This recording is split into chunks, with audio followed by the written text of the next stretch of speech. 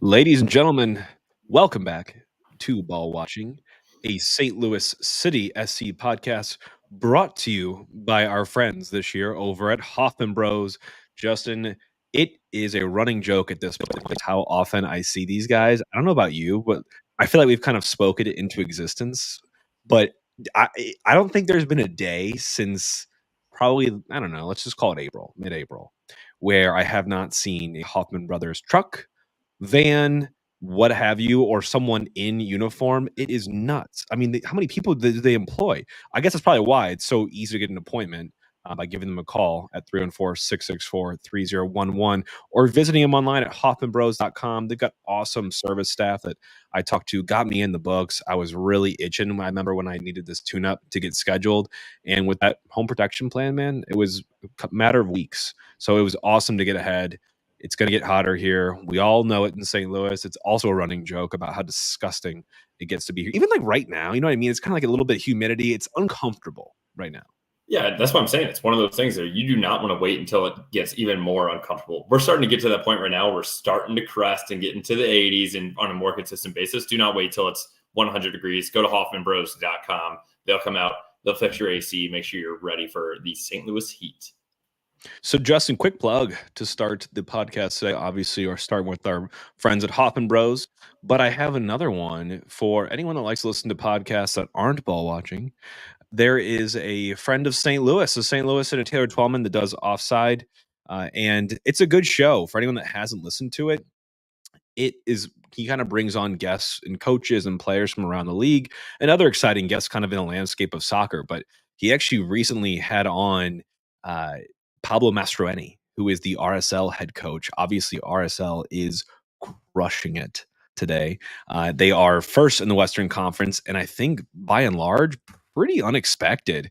If you're looking at the standings and kind of comparing it to last year, obviously a good team, but I think last year more of a mid-type table team.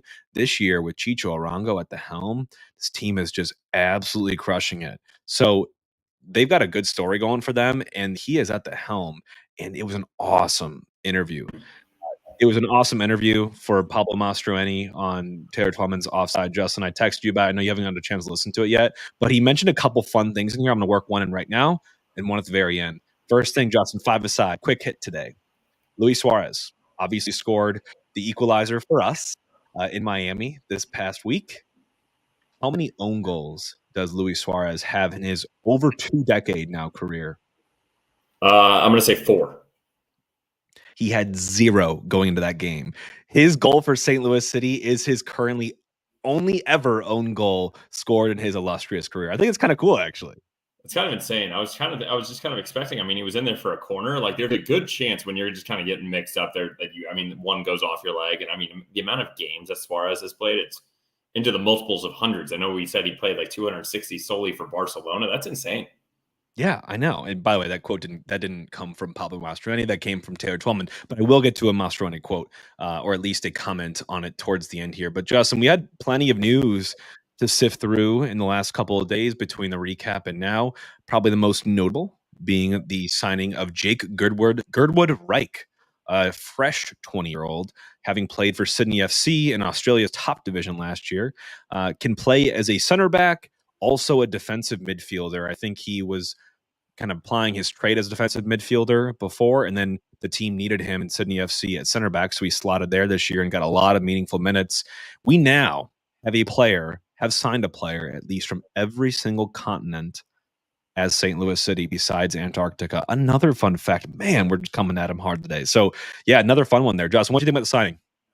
I like it. I will say that's like a fun fact about Lutz. He's played professionally or played soccer in every continent, I think, except for Antarctica. We joke that maybe he went down there and juggled the ball just to exit off his list. But I appreciate the signing. I think it's coming around right now, Jake, with a lot of you're seeing now that Charlotte is a team that is looking to be going for Tim Ream, obviously from St. Louis, and it's upsetting a lot of City fans. But you got to look at where it fits, right?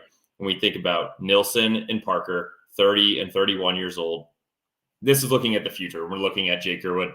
And if you look at Tim Ream, he's 36 or 37. So unfortunately, it does not fit there. I do think that this is one where Lutz is really looking forward. And it's not only like when these guys are done with their career, he'll fill in. It could be injury based. I know we have like the the Kyle Hebert, we have the Josh Yarrow. It seems like we're pretty deep there, but this is a guy that is up and coming, and we might as well grab him right now because we signed him on a U22 contract, so he'll only hit our salary cap for $150K in 2024 and $200K every year after. Right now, the only other guy that we have as a U22 spot is Chris Durkin, and we still have one more left open that we could do, depending on how we want to fill it. Yeah, it's a good roster bet you get into there. So I think with the changes to the rules, I don't know if that's effective this year or starting next year. Teams can kind of build around 2 DPs and 4 U22s or 3 DPs and 3 U22s. I see us probably being more on the 2 DPs, 4 U22s track, and I actually don't mind that, as long as those EPs are producing at high levels, which we can argue about. But yeah, like you said, his contract signed through 2027, club option through 2028. He's one of 2 players on the current roster that are signed through 2028. The other being Tyson Pierce, who we have not seen make his debut yet. I think it's an exciting signing. Again, he's one that we will not see at the very least until the transfer window officially kind of opens, the secondary window, and on July 18th. Same with Toyhert.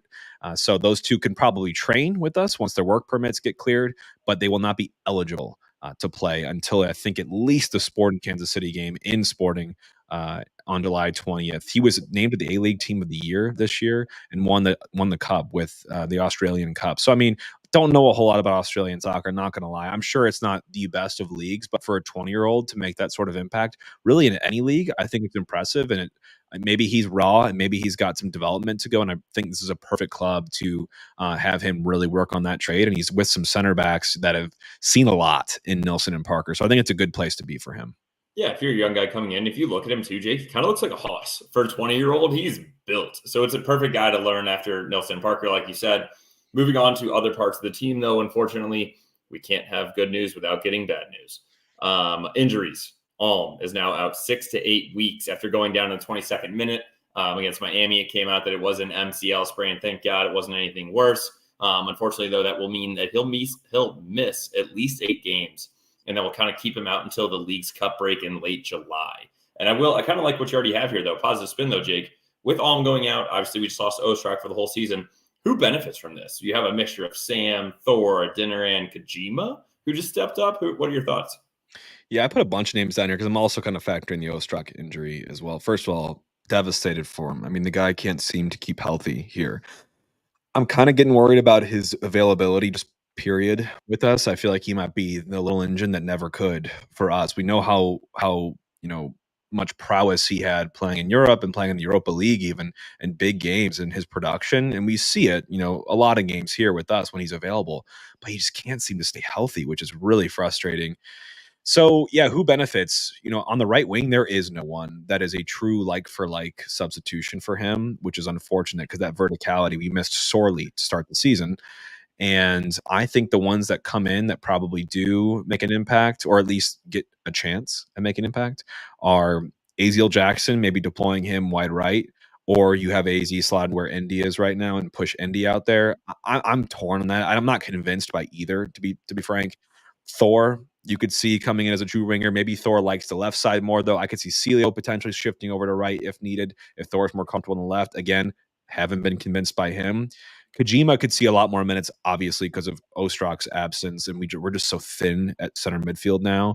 And he could also, I think, push wide if needed. But the Adeniran one is particularly interesting to me because having the ability to teach him to play the winger position would be phenomenal for us. The one thing that he does not do, which would really hurt us, is press. He doesn't do a good press. Alm is a great leader of the press, very relentless, high engine, and Adeniran's not that. So is there some sort of compromise we can make to get Adeniran just onto the field to wreak havoc in that one-on-one situation?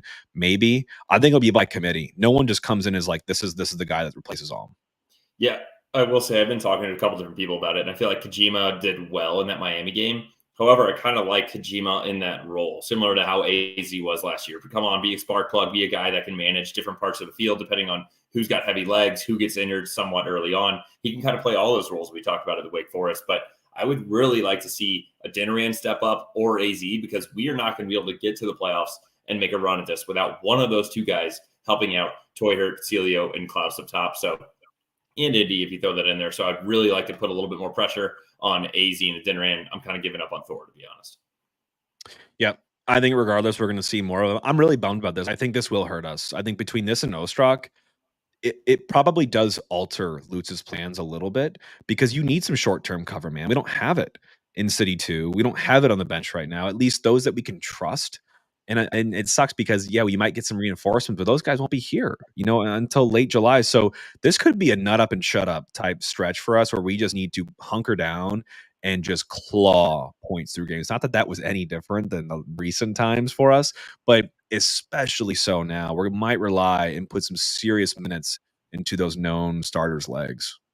Yeah, absolutely. But I will say, and kind of as you're already mentioning, that we need to get points. When we're looking at the power rankings, last week we were now we're number 18. I did want to say one thing as far as comes up. Tom Timmerman had a great tweet. He goes, St. Louis City's past 4 opponents were number 1, 2, 4, and 20 in this Porter Shield standings. Its next 4 are 15, 16, 24, and 26. We are currently 23rd. So obviously this month, we've talked about it, an easier month coming up. But it is going to be, it seems like a little bit of a transition period with a couple of these guys have injuries.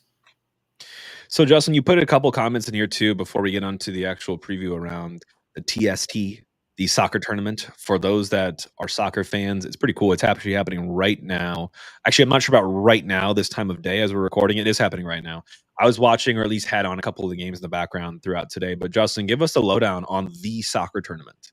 I'll give you guys the 1 minute, everything you need to know. It's the soccer tournament, but there is a women's side and a men's side. The women's side, 18, 2 groups of 4. So they'll have group play proceeding, a semifinals and finals. The men's, 48 teams, 12 groups of 4, group play proceeding, round of 16, quarters, semifinals, and then finals. This is all within it kicked off this morning and it wraps up on next Monday evening. We'll touch on that in a second. What is interesting about this, Jake, is why are these teams doing this? $1 million cash prize solely for the winners. Second place, everybody else gets nothing. There's a cool, interesting kind of like dynamic to this. So it's 77 soccer on a much more condensed field. There's no throw-ins, but I really like this Elam ending. Every game ends with a goal. So there's 2 20-minute halves, no stoppages and clocks, even with fouls, whatever. Then after the 40 full minutes to win the game, one of the teams must reach a target score, which is set 1 goal more than the total, the highest team's goal scorer at that point in the game. So, for example, if Jake is beating me 2-1 at the end of the 40 minutes, then one of us must get a total of 3 goals to win the game. So if Jake gets 1 goal, he wins the game because he'd win 3-1. If I score 2 goals, I would win the game 3-2. So the game will continue to go on with that without end. However, the first 10 minutes that passes, one of the 7 guys has to come off the field. Then every 5 minutes, another guy comes off the field. Every 5, another guy. Last year, some games went down to be 2v2. So it's pretty exciting soccer to watch. And I will say, if you guys go look at the website, these games are going out throughout the entire day. I think the first kick this morning was 8 Central our time. They had a little bit of a weather delay, but they're going to be playing in through the night. And I'm going to touch on that right now. Why do we care about this? Is it like who is playing in this team-wise for the women's side? There's a former U.S. women's national team coached by Mia Hamm and Carly Lloyd with a ton of former women's national team players. For the men's side, there's a Bayern team, but it's not real Bayern. But there is a Dortmund, Inter Milan, a Burnley, and Wrexham teams that all have former players. Famous people that are also playing in this. We have former U.S. men's national team players like Sasha Kljestan, but then you also have famous worldwide guys, Kun Aguero, Sebastian Giovinco, Nani, J.J. Watt, and Chad Okocinco from the NFL, and more. If you want to look at like Pat McAfee from like a guy that has a podcast, just like us, we should have played in this, Jake. And then lastly, the main thing that I care about is there is a ton of guys from St. Louis. Mainly the team you want to watch is Dueling for Lincoln, who is an all St. Louis team. I know a couple of guys on there personally, Jordan Cliff and Nate Griffin, grew up playing with them. And then also Mark Scrivan was a former Scott Gallagher Academy guy. And then a couple different guys from St. Louis on different teams that I know personally. Austin Poncho's on Hoosier Army. Justin Simpson is on Newtown Pride. And then SLU's own Kingsley Bryce is on the 10-15 squad. That was a lot. It was a good 1 minute recap.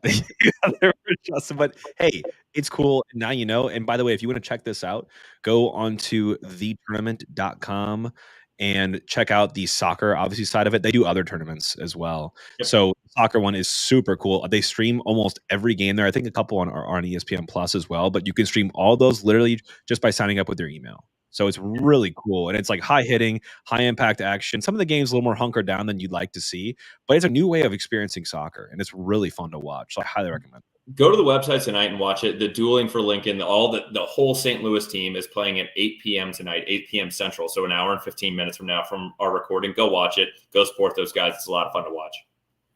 All right, let's kick in now to the preview for Portland. So we had a pair of 2-1s last year. Most will remember the 2-1 win away that we had very early on in the season, which was super exciting. One of those goals being a beautiful 40-yard free kick from Leuven, who delivered it into the box, and Hebert headed it back post, and it just trickled across the goalie. I remember that headline, the pictures of Kyle Hebert celebrating that. I feel like that was kind of his coming out of, you know what, I'm not just a Missouri State non-draftee. I'm a guy that's going to contribute minutes this year, and you better get to know me. That was one of my defining moments, I feel like, for him in that season. And we also had a 2-1 loss later in the season. It's a rainy, kind of crappy game.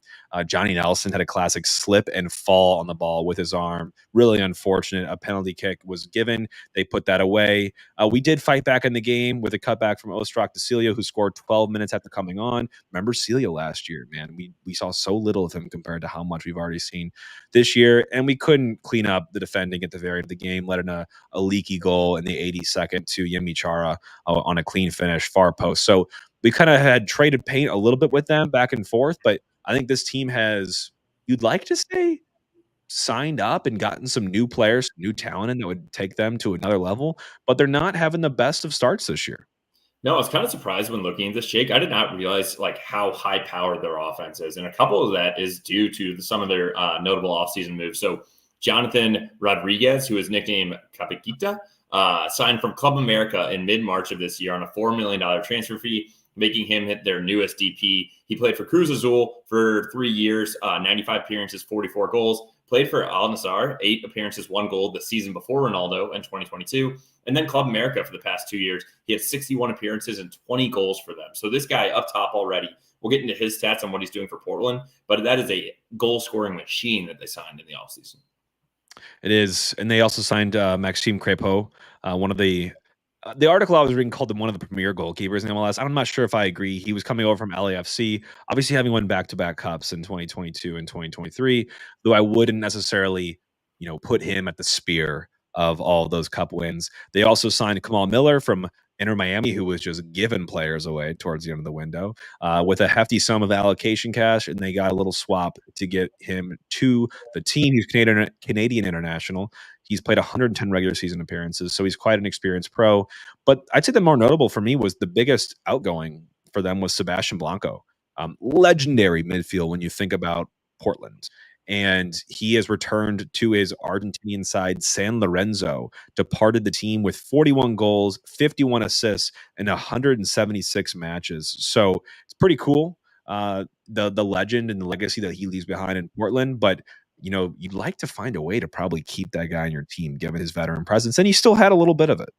Yeah, that's a tough one for them. If you add that up, that's 92 goals and assists in 176 matches. I would say every two out of every 3 games, he is either scoring or assisting for that team. And that's a tough one for them to lose. They also lost Yemi Chara.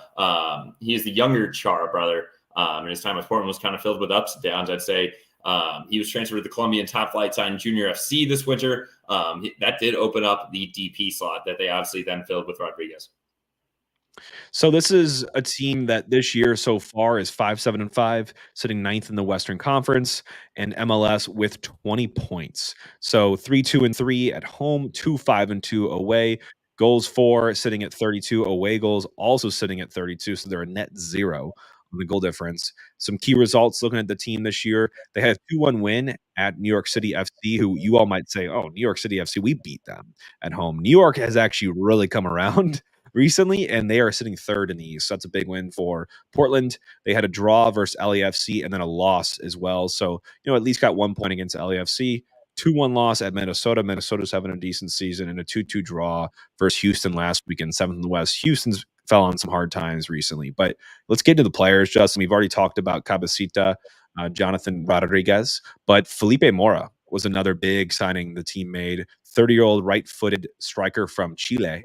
He's got 8 goals, 2 assists this season in just 766 minutes, 13 shots on target, playing in 13 of 17 games, starting only 9 of them. So they've kind of taken a little bit slower getting him into this. But in the MLS, sitting number 17 in XG created, number 4s in goals per 90, and number 2 in goals per shot. This is a guy you do not want the ball landing to in the box. He is lethal for them. Yeah, the fact that he has 8 goals and only 13 shots on target, the man knows how to finish. I would say another guy that knows how to finish on their team is Evander. He's a 25-year-old right-footed center attacking mid designated player from Brazil, 7 goals and 8 assists. He's only played in 13 games so far this year, starting 12 of those. His XG of only 3.8 mean that he can really finish as well when it comes to unlikely situations. 3.8 XG, but he's scoring 7 goals. That's a hell of a turnaround for him. He's 20th in XG in MLS and number 6 in assists. And those are 2 guys that really fill in the goal scoring presence. And we'll talk about it again with Jonathan Rodriguez, 30-year-old right-footed DP from Uruguay, 31 caps for Uruguay, 3 goals for them. Specifically for Portland this year, 6 goals and 4 assists. He's 23rd in the XG in MLS. All of that to say, Jake, they are scoring a lot of goals and giving up a lot of goals. So they have the third most goals against with 32 and the 4th most goals for with 31 in the MLS. So it's one of those things that they're kind of hovering, but if one of those starts to slip or go the other way, they could either skyrocket up or tank to the bottom. Yeah, no, absolutely agree. Some honorable mentions as well for them. So, I mean, you talked about that's basically, we just laid out the whole front three. Evander, by the way, is on fire recently. 3 goals, 3 assists in the last couple matches. So he is one you're going to want to keep a close eye on. Santiago Moreno has 6 goals, 6 assists so far this season. Juan Mascara is a excellent fullback to watch. I encourage you all to take a look at him. He has the most minutes in the team log so far this season. Anthony as well, who has chipped in with 3 goals, 2 assists. Injured wise, nothing of huge importance, but there is a suspension with Diego Chara sitting out with his 5th yellow of the season, accumulated last weekend. Obviously, he had not gotten the good behavior 5 games in a row, so he will be sitting out this game.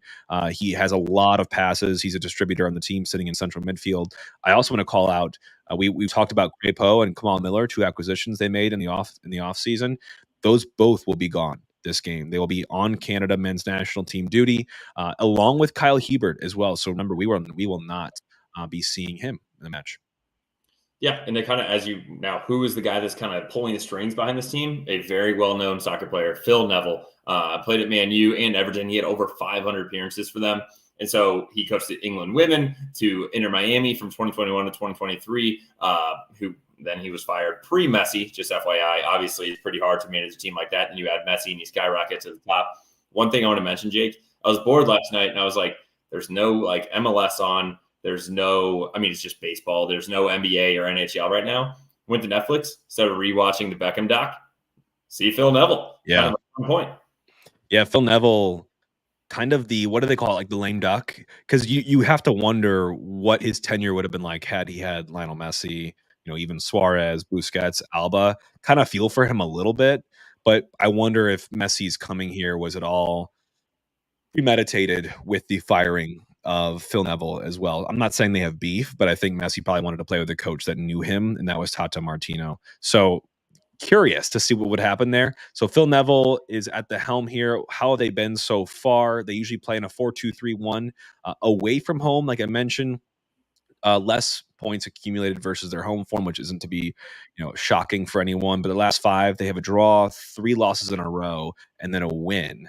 And then they have accumulated 0.89 points per match in these away games with a -3 goal differential. I look at this team, and this team kind of reminds me of us last year from a productivity standpoint offensively, because their XG is 1.17 per 90, which puts them at 23rd in the league. However, they are producing 1.88 goals for per 90, which gets them 3rd in the league. Now, taking penalties out of it, if you look at their XG, they are number 9 in non-penalty XG. So they are creating a little bit better. They just haven't gotten as many PKs as other teams have. But still, that level of production and the ability to take your chances, like we just talked about Felipe Mora and how he's got, 13 shots, but 8 goals. This is something that you see up and down this team. And it's kind of what we were last year. Haven't been this year. No, exactly. I was kind of shocked when you brought up the PK attempts. So they've had 4 PK attempts and they've scored 3 of them. Dude, how does Colorado get 7 PK attempts in a total of 17 games. You know how many they scored out of those 7? 4. 2. Oh, Absolutely atrocious. That leads the league in the attempts, and by far the worst percentage there. But I will say I completely agree with you. That's what I was thinking when I was looking at this. I'm like, they have guys up top that can finish, but they haven't been creating the chances to get there. It's very similar to what we were last year. We were kind of creating something out of nothing and then putting it away, where we were outperforming our XG with our goals. And this is, but I will say, Jake, just because they're not performing the XG, this is a team that you cannot give those chances to. We've already mentioned it, that they are number 3 in the league with goals for, and they have that 3-headed monster up top. And this is going to be something that we're going to be very, very careful with when we look into trying to defend these guys. no, I agree. The goals for them usually come about a third of them in the 76th to 90th minute. So a big late goals team, and another 22% from the 61st to 75th. So a big second half team. They are the top team in shots on target percentage, but below average in shots. So again, they're not finding the most quantity of chances, but those they do find, they tend to make the most of. When you look at open play versus set pieces, they're the 4th fewest shots in play, but they're number 4 in goals. Again, ring, ring, ring. Does that sound familiar? Set pieces, about average to below average in set piece statistics, so not a huge strength of theirs, but not a weakness either. They're above average in passing, top 10 in medium, and number 3 in long. So a team that plays those 15 to 30-yard balls and 30-yard plus, they're definitely not afraid to hit those moonrakers. They move the ball well on the passing front with number 4 in progressive passes. Not a huge possession team, sitting at 48.2% average possession, but they are number 2 in the attacking third and number 5 in the opponent's 18. So again, very comfortable when they get into those high pressure, high intensity situations on the attacking front. They have a lot of that, they've been there before type mentality, and they play like it, where I think we're really trying to get there. They are there right now. But our, underlying numbers, you'd say, well, are we have better chance of creation? We're doing that. But would you really argue with being able to score, 32 goals there? I wouldn't. But again, I think could be a good matchup. And defensively, I think is where the weaknesses start to reveal. Exactly. We just listed off a ton of stats and a ton of different guys for their team that can score. But guess what? They're letting them in just as easily as they're scoring them. Their 1.5 XGA per 90 is 4th worst in the MLS. And we look at goals against more specifically of 1.88 per 90, that's 6th worst in the MLS as well. Their home form 1.69 XGA is even worse. And that's the 8th worst in the MLS. They're 44% of their goals, though, Jake. I thought this was an interesting one. The last 15 minutes of the half and the first 15 minutes of the half. It's like they almost kind of have a switch off, like, all right, it's almost halftime. I'm going to get a break. Then they go inside. They eat a couple sandwiches. They come out a little groggy, and they let up more goals. So that's something that we should look forward to. They're top 10 in most shots on target against. More specifically, in their open play, they're pretty average XG in shots against. But in set pieces, they're number 1 in set piece goals against, number 6 in shots allowed, and number 3 in XGA, more specifically on set pieces. So that could lead us into one of these games, being Jake, that I would love to see a little Timmy P on a corner whipped in by Mr. Leuven right into the back of that net. Inject it into my veins. That sounds awesome. This is an aggressive team as well. Number 4 in tackles, top 10 in all thirds on the field. They're number 2 in clearances, so they're really messing around in the box. They are not afraid to clear the ball out. They move pretty quickly as a team, top 10 in direct speed. However, goalkeeping wise, even though they're missing Crépeau, they have the worst save percentage in the league. Only 1 clean sheet this season. So I'm not sure. I'd have to look actually their depth chart at who's going to be featuring for Portland against us on the night. I'm pulling it up right now. It will likely be Trey Muse or James Pantemis. It looks like no 2 guys that I'm afraid of at all. So I'm actually going to add a goal to the game right now for us and just say, pelt these dudes with everything you got. Yeah, it looks like it'll be Pantemis. He's already played in 5 games this season, starting for them for 400 minutes. In the 5 games, he only has 7 goals against, but he only also has 15 saves. So it seems like they did a little bit more of a sturdy job on defense there. But having a replacement goalkeeper is never easy. No, it's not. Well, let's get into our keys to the game, Justin. I've got number 1 on my list is the fans. Getting back to City Park, we have not been the same home team this year that we were all of last season. Let's get City Park going again. We're number 6 in home form, despite not being as good as we were last year at home. Let's make sure that we solidify. Let's get this back going for us because we need to cement City Park as a fortress for us and make sure that we collect points. We keep saying it time and time again with these away draws. Again, going to Miami, getting a draw, you told me that pregame. I'm very excited about that. But that's with this built-in thing in my head saying that that's great, but you have to collect 3 points at home, and that should be the standard. There should be no, I'm okay with a draw at home, especially against a team that you should beat. And Portland's a team that we should beat. And that's taking nothing away from them, but we should beat this team. And the way that we have to beat them, honestly, Jake, you have it here, and I think it's perfect. It's 1v1 defending. Portland is 7th in dribbles per 90, and that's talking about that 300 monster up top. I would say also then when we, on the flip side, once we do that defending, let's do a counterattack, see if we can draw a foul, get a set piece, because obviously they are the worst, or one of the worst, maybe top 3 worst, and generally across all set piece categories against in the MLS. And I would love to see us have a Leuven whipped in ball, an Indy whipped in ball, either corners or free kicks just outside of the box, even a shot on net. I don't care. I would love to see us get a set piece goal. I think this is the last thing I'll say is with how effective they've proven to be offensively, it can't be a let's just rely on Berkey night because clearly they've shown an outrageous quality to just stick balls in the net. So we can't just rely on the big Swiss bank. We've got to be able to nullify those chances ourselves. I think it's be a big defensive night from the center back pairing, probably Parker and Nilsson. I want to be singing their praises after this game. I want them down the throats, down the necks of every single attacker they have out there. They can bully these guys. And I really feel like it's a night that they're going to have to. You mentioned your goal, Justin, being a set piece goal for City on Saturday. I'm going to go with my goal, and that's Leuven, reclaiming his form, continuing to rehab and really cement what he was last year for us. And that's either to goal or assist. So a point, at least one of those for us. I think he's got to be on the score sheet, and I think we'll have success if he is. You kind of already made me think of something, Jake, when you said the Swiss bank. You don't need a really big bank account. If you want to go to series6.com, series6company.com, and get this shirt, nice little St. Louis, nice little 4th of July St. Louis flag shirt, 15% off using code BALLWATCHING. Or if you're not looking for clothes, but you're thirsty because it's hot outside, go to souljuice.com, get 20% off using code BALLWATCHING. Go to Straub's, Schnucks, Deerbergs, Sam's, Costco's, Mobile on the Run. Get your Soul Juice. And if you want to go out and you don't want to buy stuff online or have it shipped to your house because that seems too boring, whatever, get to the pitch. We'll be doing a giveaway. It's a home game. We can get you a $50 gift card. Get on our giveaway. We'll be posting it up on Friday night, Saturday morning, something for the game specifically. Get to the pitch this weekend. It's going to be a rocking home game for us, and it's going to be packed. Just to keep going this one for 1 second, Justin, did you see Soul Juice release all the alcoholic drinks they have recently? They're not bottling alcoholic drinks, but the mixers where you use Soul Juice with alcohol, these things look phenomenal. I wonder if there's a little potential here, a little marriage made with the ball watching sponsors we could make with the pitch and Soul Juice. Absolutely. A little Soul Mosa. There's a Soul Teeny. I saw it. Yeah, I want to try some. And I was looking at it. I'm like, I think it was Saturday morning and I had a busy day and I was like, I should not make myself a Soul Mosa right now, but I really debated it. I just had a regular Soul Juice, but maybe this Saturday I might just go for it. Love it. I love it. Well, Justin, let's kick in to the Hoffman Bros starting 11.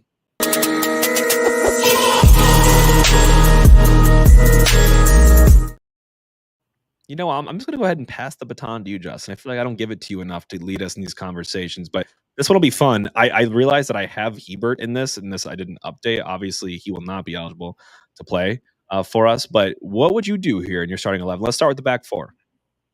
Berkey. We're going back 5. Marquinhos, Nilsson, Parker, Totlin. I think right now that's what you stick with. I would love to see a little bit more time out of Dewar, but I just don't think that we shove him in right now. I think Marquinhos did all right against the Miami game and didn't really have a lot of lowlights for him. I will say I think we had a couple in the previous games, but maybe it's a bounce back game for him. So I'm going to give him another shot at home. Oh, you're being too nice, Justin. Remember, he was the one that kept him on side for the last goal. Okay, but that's something that I think that you can easily fix, and that's just like you see it in film, and that's got to be drilled in this guy's brain.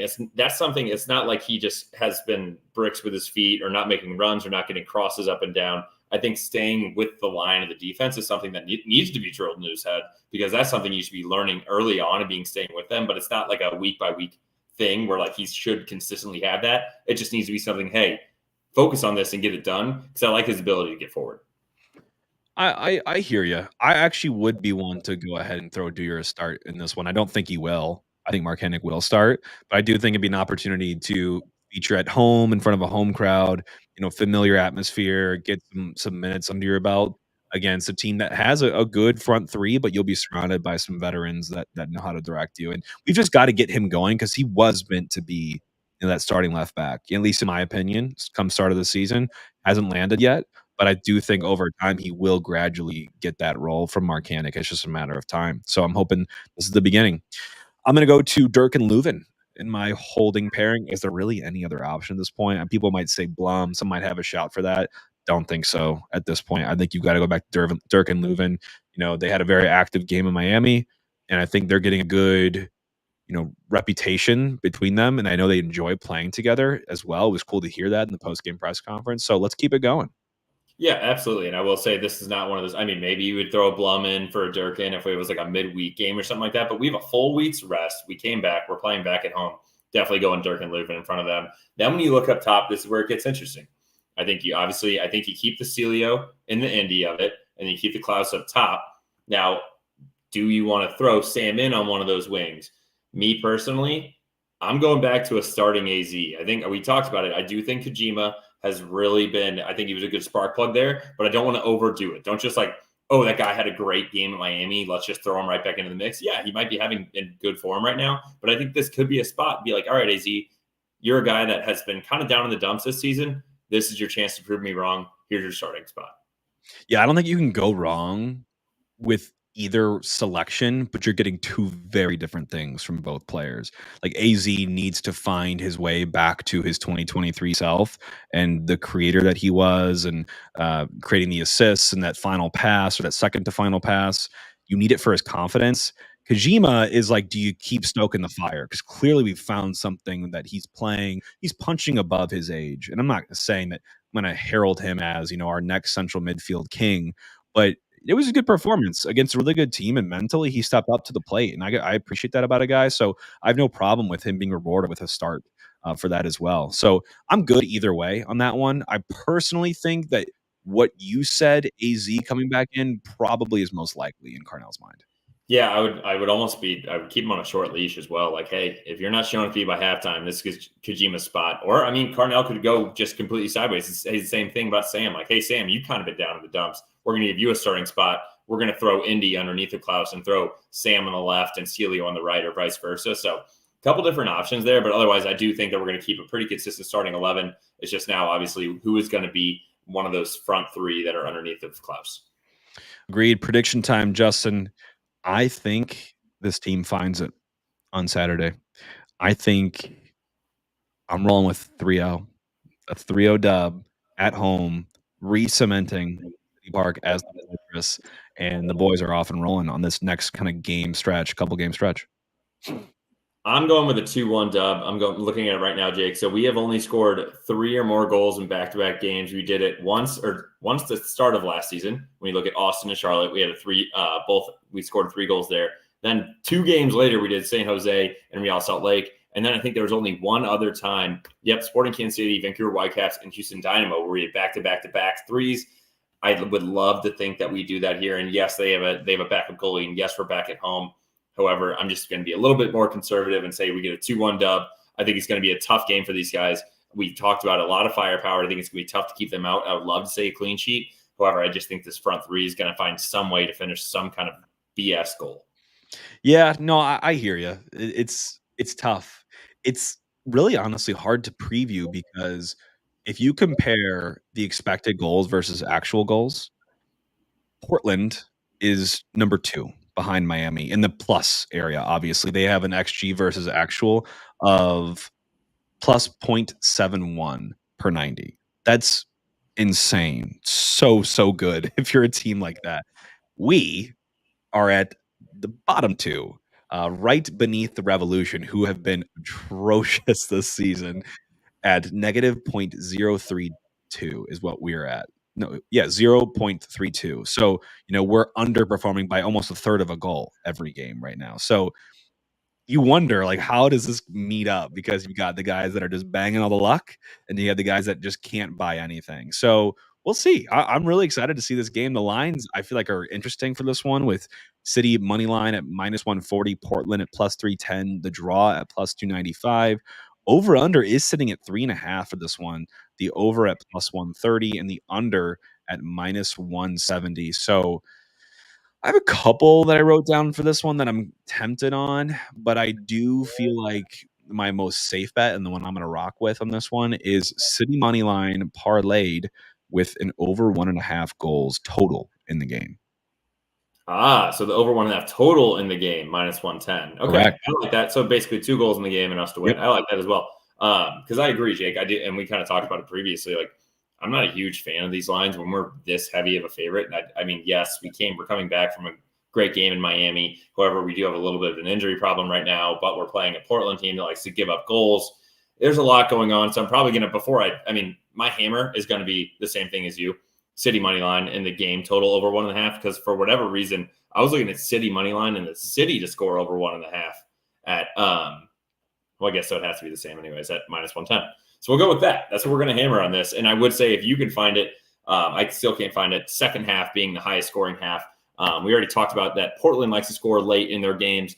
61% of our goals that we have scored in our entirety of existence have come in the second half. That's 59 of this 96. We've also given up 71 of our 98 goals in our existence, which is 72% of the goals have come in the second half for our opponents. So unfortunately, I do think that, not unfortunately, I'm going to go with the second half being the highest scoring half. And the last thing I want to say, Jake, the home over 1.5 is only hitting at a 57% rate right now. So it's kind of tough to make that a minus 180 bet, because I know I usually hammer that, but I'm not just going to lay that on its own. And one more fun fact that I want to leave you guys all with is when City scores 2 goals or more, we have still yet to lose a game. Knock on wood. 20 wins and 6 draws. I like it. Last thing I want to mention, Justin, here is I promised I would bring it here. So referencing back to the offside conversation that I had about Taylor Twellman's recent podcast, again, everyone go check it out. It was a great interview with Pablo Mastroeni. And I loved one of the things that he had to say. He said he was talking to Justin Glad, who is a center back for RSL. And they were talking, him, Pablo, and Taylor were talking more broadly about Chicho Arango and his impact on the team. And Mastroeni said, yeah, I was talking to Justin Glad, and I think he sums it up the best. And he said, when we have a guy like him, he's like, I can just feel like I can be more aggressive. I can be more free. I can play differently, just because I know that if I make a mistake, and let's just say we go down, he's going to get us back in the game. And I'm thinking to myself, a little bit of a parallel with us last year, where Tim Parker obviously had a Defender of the Year campaign. No one expected it. And how solid, how aggressive he was, I do feel like probably was attributable to how safe he felt with our attack and how many goals we could score. That was almost our best form of defense, was our offense last year. And so I kind of start to think too, maybe that's part of why we're struggling a little bit this year, is that the goals just haven't come in bunches like they did last year. And so you're seeing some defensive lapses kind of creep in because we're playing not scared, but a little bit more timid than we did last year. So we're lacking a little bit of confidence. And I think part of that is because we're just not scoring at the same clip we did. We don't have a guy that's going to go out and just grab those goals like Chicho Arango can for RSL. So just an interesting tidbit there. And I wanted to draw a parallel with how we're experiencing life this year in year 2. Jake, you know what's kind of insane? In our last 9 games, we have scored 3 goals 3 times, 1 goal 3 times, and 0 goals 3 times. It's kind of all or nothing in these bunches of things. Yeah. And I agree with that. I would like to see it be a little bit more consistent. And I would say this is a great time to let it kind of rein in. We're talking about this. We got Portland, then we got Dallas, Colorado, Atlanta, teams that can definitely let up goals. And I would say, why not let's just throw the kitchen sink at them, see what we can do. Yeah, agree. Let's see what sticks. Hopefully we start with Portland being welcomed here. I think it's a good game for us. We definitely have an advantage here. We're going to have to make it count. 3 points here, I think, is mandatory. Otherwise, we might be ringing some alarm bells here, Justin. And it's not because I don't even know what to say it's not for anymore. It's just that you can't get this far in the season and not figure out how to string together some wins. You just have to start pulling together. And I don't even care if it's a string together of some wins, like do a tie, a win, but we got to figure out a way to continue to, we actually need to be better about beating teams that we're supposed to beat and competing with teams that we shouldn't compete with. I think we already did the first leg of that right now and competing with Miami down in Miami. We're basically saying go have fun, make it competitive, but see what you can do. If we can scrounge out a point, that's absolutely massive. That's almost best case scenario. Didn't think we would have a chance of winning that. Now you're coming home against a Portland team that has a leaky defense and a backup goalkeeper. You need to put them away and show them why City Park is the best place to play in MLS. All right. You all have your homework for the weekend, whether that is going to City Park or supporting from any bar, restaurant, anywhere you want to watch this game. I will be at the pitch. I will be at the game. It's going to be exciting. I'm looking forward to it. Should be a blast. Looking for the 3 points to bring home in the bag, and we'll be back with you all for a recap on Sunday. So, Justin, everyone listening, thank you so much for joining today. I hope you appreciate what you're hearing, and now you are a little more learned after hearing about Portland and what they have to bring to City Park, but we're going to beat them. You heard it here. So here we go. Ball watching. Thank you so much for listening once again this week. Everyone have a great last couple of days as we head into the weekend for a big match at City Park. All for City. All for City.